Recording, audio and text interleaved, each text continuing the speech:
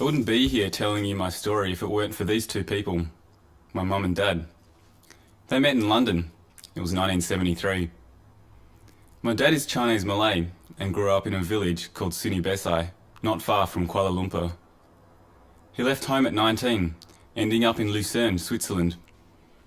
He learned to speak German and soon began a hospitality training course in a hotel called Chateau Gouche. My mum had been working in London at the same time, and she met my dad whilst in a queue for a theatre show.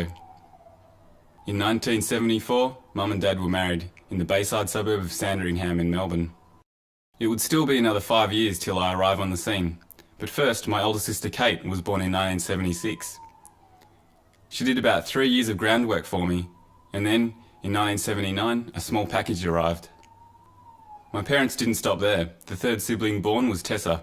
She's my little sister, and this is a recording of her singing talents when she was 5. That means you gotta go water.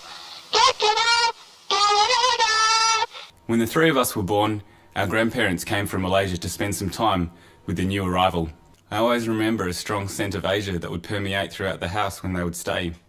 It's hard to describe, but it's kind of like a mixture of tiger balm, incense, and new batik cloth. We made a trip to Malaysia when I was about 1, but I don't remember any of it. My only memory of that event is from photos and stories that Mum would tell me. I had an awareness from an early age that I looked different from the other kids. Even though I went to a primary school that had children from lots of different ethnic backgrounds, people have said I look South American, Greek, Japanese, and even Russian. Mum tells a story about when she took Kate and I to the supermarket when we were little kids, and the checkout chick asked Mum if we were adopted. I've always felt more Australian than Chinese. I suppose I grew up surrounded by Australian culture. But we still celebrate Chinese New Year and eat a lot of Chinese food. When I was little, I hated the Chinese food Dad used to serve up. I used to hide the Chinese broccoli under my rice, or try and wash it down with glasses of milk. I craved roast lamb and white bread for dinner. Don't get me wrong, I love Chinese food these days.